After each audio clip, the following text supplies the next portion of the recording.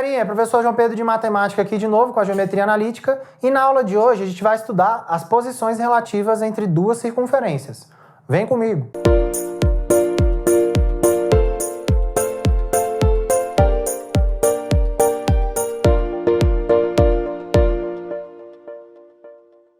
Fala galerinha, professor João Pedro de Matemática aqui de novo com a geometria analítica e hoje a gente vai falar sobre as posições relativas entre duas circunferências agora. A gente já viu a relação entre o ponto e a circunferência, a reta e a circunferência, e agora entre duas circunferências. Essas circunferências elas têm 4 alternativas para estarem relacionadas aí, beleza? Primeiro vamos ver essas 3 aqui que são mais fáceis, teoricamente. Então vamos lá.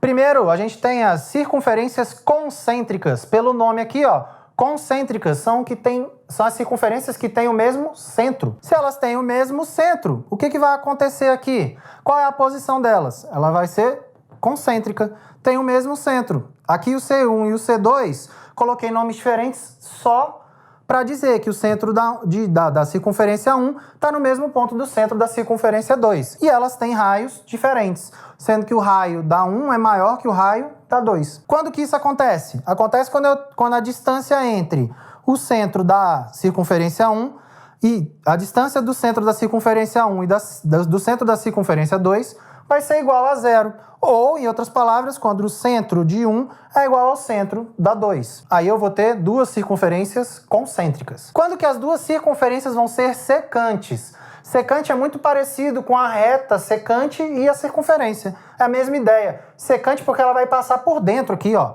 Então a circunferência 2 aqui está passando por dentro da 1, ou é a 1 que está passando por dentro da 2. Vamos, né, analisar aqui. Tem então circunferência 1 com centro 1, circunferência 2 com centro 2.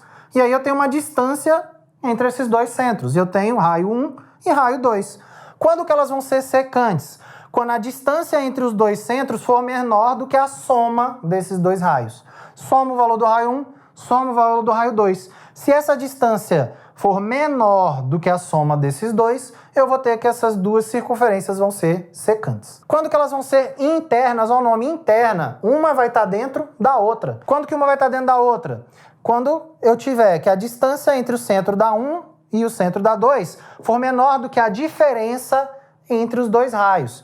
Lembrando que aqui, ó, essa diferença aqui eu posso pegar o módulo também, não tem problema. Mas como eu estou considerando que o raio 1 é maior que o raio 2, isso aqui vai ser sempre positivo.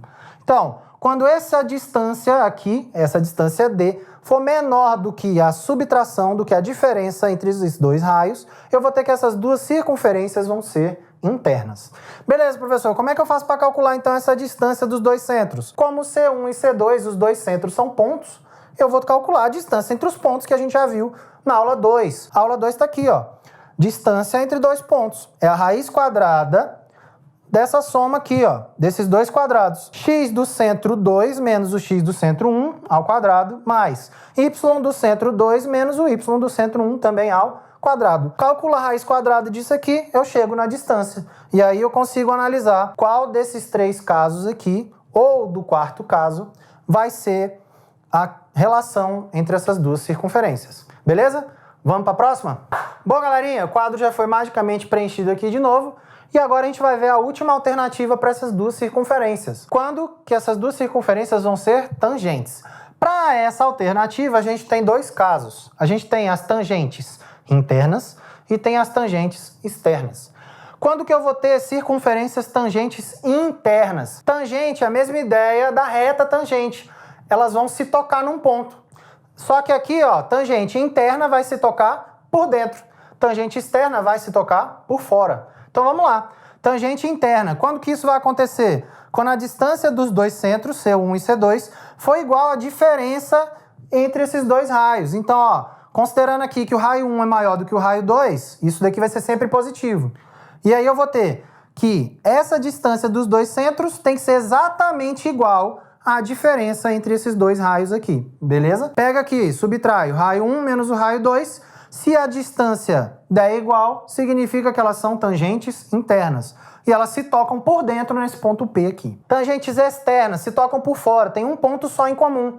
Quando que isso acontece? Quando a distância entre os dois centros aqui, ó, daqui até aqui, quando essa distância for exatamente igual ao raio de 1 mais o raio da 2.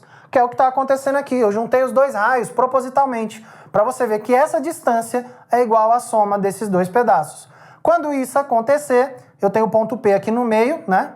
Exatamente na junção das duas circunferências aqui, no ponto em comum delas. Quando isso daqui acontecer, de ser raio de 1 mais o raio da 2, dá a distância entre os dois centros, a gente vai ter que essas circunferências são externas, elas têm um ponto comum pelo lado de fora. De novo, para calcular a distância entre o centro 1 e o centro 2, basta calcular essa raiz quadrada aqui que a gente viu na segunda aula e viu hoje na aula de novo, beleza? Espero que vocês tenham entendido e até a próxima aula.